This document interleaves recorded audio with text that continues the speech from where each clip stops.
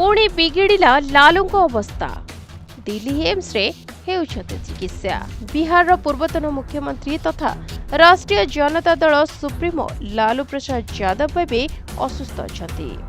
तांको पुणी थरे डाक्तरखाना रे भर्ती करा जायछि।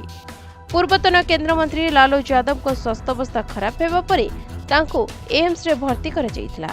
सेठारे तांको चिकित्सा करा जायछि। डाक्तरखाना सर्जरी पड़िथिबा तांकर अनेक फोटो तांको दलर नेता माने सोशल मीडिया रे शेयर करथिले, जोंथिरे सेमाने शीघ्र सुस्थ हेबार कामना करछंती। तेबे लालू यादव को स्वास्थ्य वर्तमान भल रहिछि एवं तांको डाक्तरखाना घर को पठा जायछि। असुस्थता कारणरू तांको सोमवार राति रे दिल्ली एम्स रे भर्ती करा जायथिला। तेबे तांका घनिष्ठ व्यक्ति माने कहिछथि जे जेतेबेले लालूଙ୍କ स्वास्थ्य टिके असुस्थ मन हुए सेतेबेले तांको चेकअप पई एम्स को अणा जाय सेठारे भर्ती करा जायथिला। तेबे हॉस्पिटल रे से गोटे दिन रहिथिले, तापरे लालूଙ୍କୁ डिस्चार्ज करा जायछि।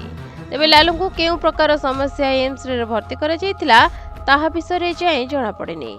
गत किछि वर्ष हेबो लालू प्रसाद यादव को स्वास्थ्य अवस्था बिगड़िथिबा जणा पड़िछि। ब्यूरो रिपोर्ट, प्रतिदिन टीवी।